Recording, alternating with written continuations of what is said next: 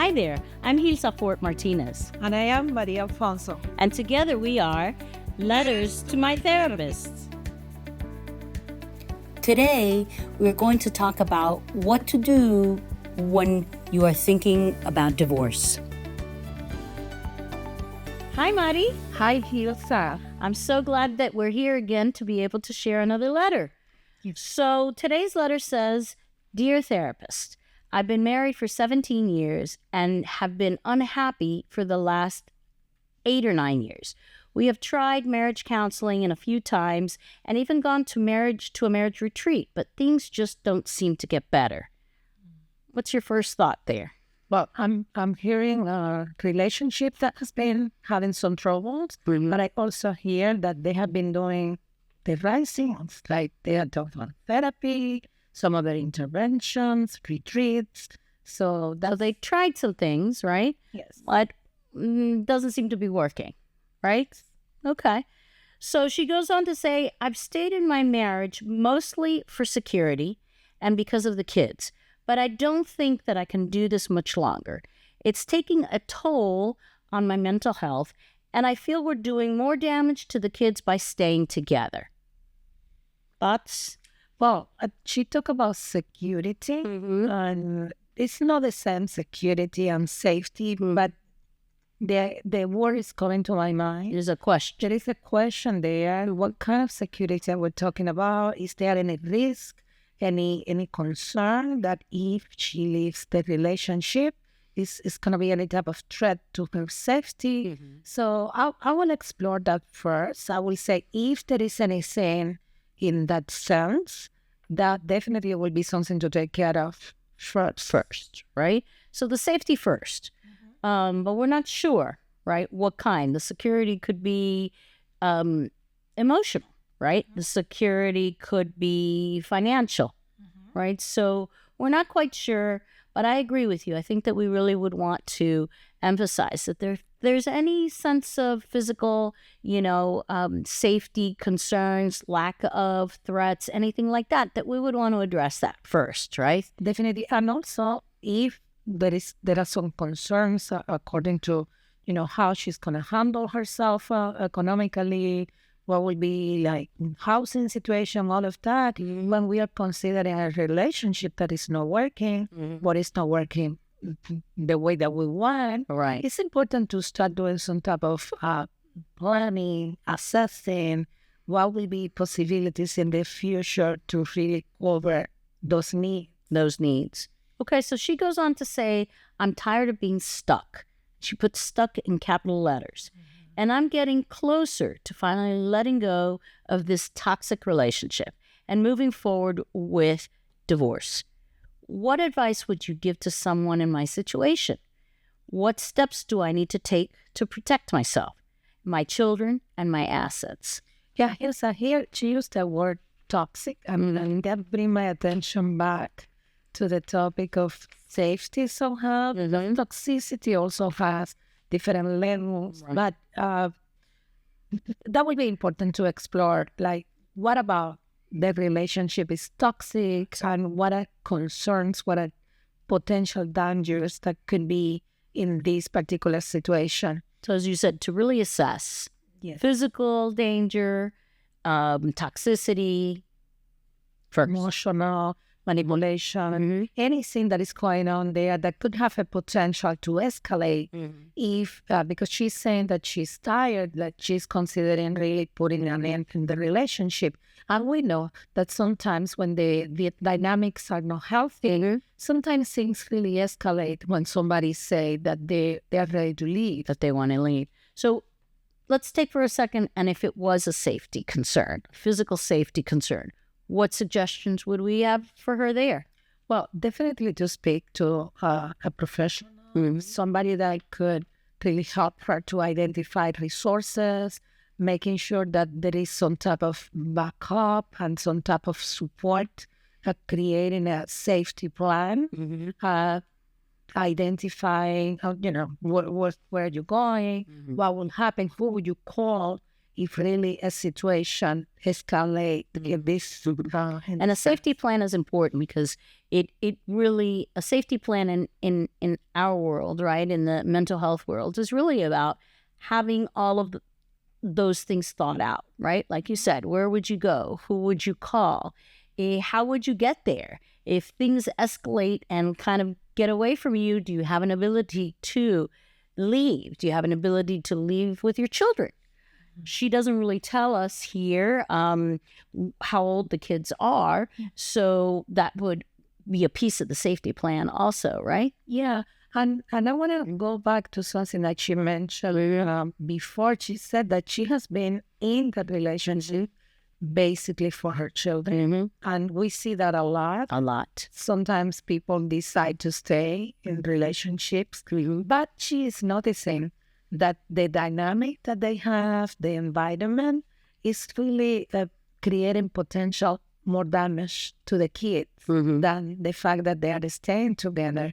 Right. That's an important piece of assessment, right? Of really taking a look, are you really doing all of the things that you think you're doing to protect your children by staying, right? Because we have that idea that, mother, father, and children living all under the same roof is the only way, right? And it is the best way for children.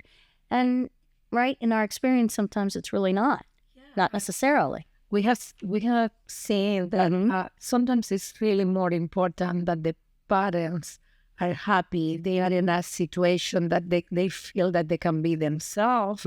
We are not encouraging anybody to end relationships. But sometimes when you analyze, there are cases that it's better to have a good divorce than a bad marriage. Yes.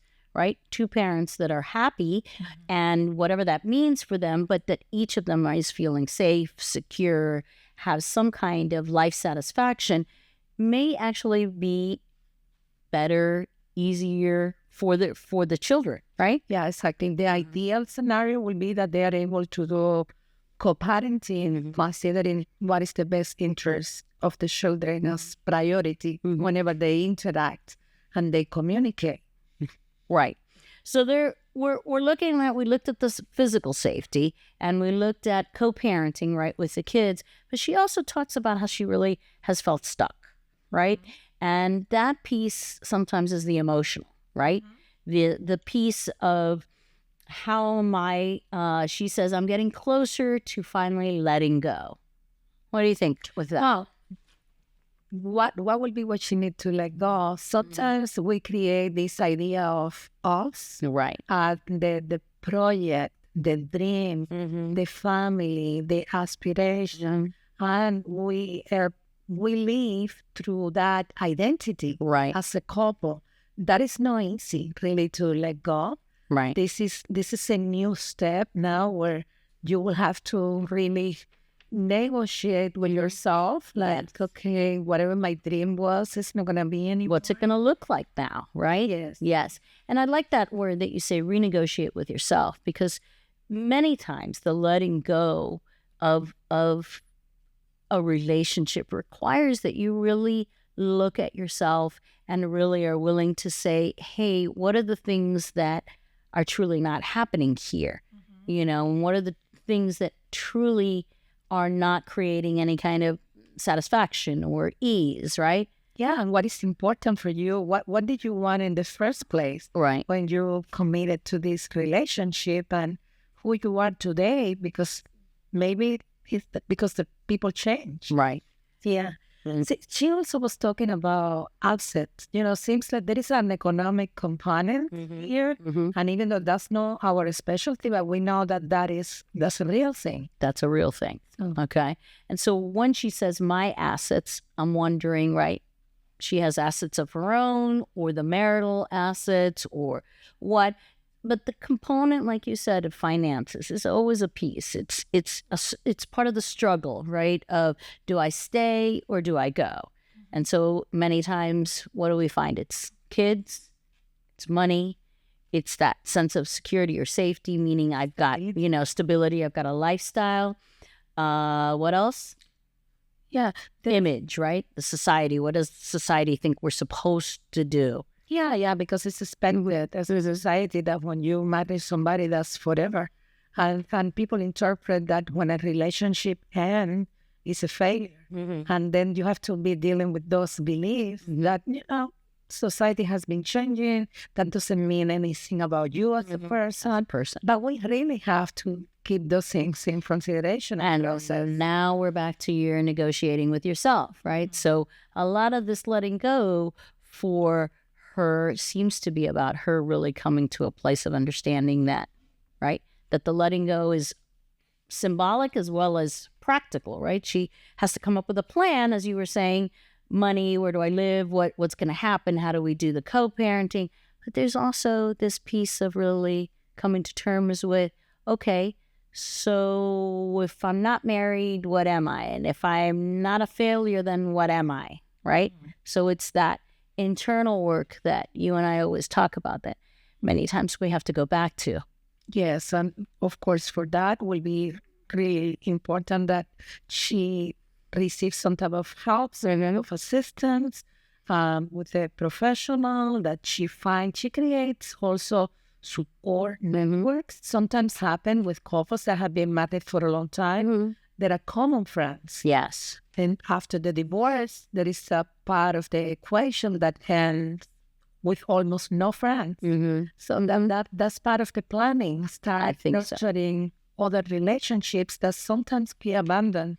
That we do. Relationships. The protecting of myself, I think, like you said, isn't just with money, like with a financial person, or legal, like with an attorney, but also the creating your tribe, right? Your community, who's going to help you through this transition. Yeah, and there is the piece here of in any separation you have to when there are children, like it's not only you. Is how this will impact your children and how you're going to handle this with them. You have to be an extra support for them. But that doesn't mean that you have to sacrifice yourself for them in a situation where you're not happy. But you really have to be attending their needs, making sure that you're there for them. Right. And that's part of the equation, right? Because then that is a challenge for you, an additional challenge, and part of the equation of do I stay or do I go? Right? Yes. So I think that these are our recommendations for today. Thank you for joining us, and we will see you at our next episode.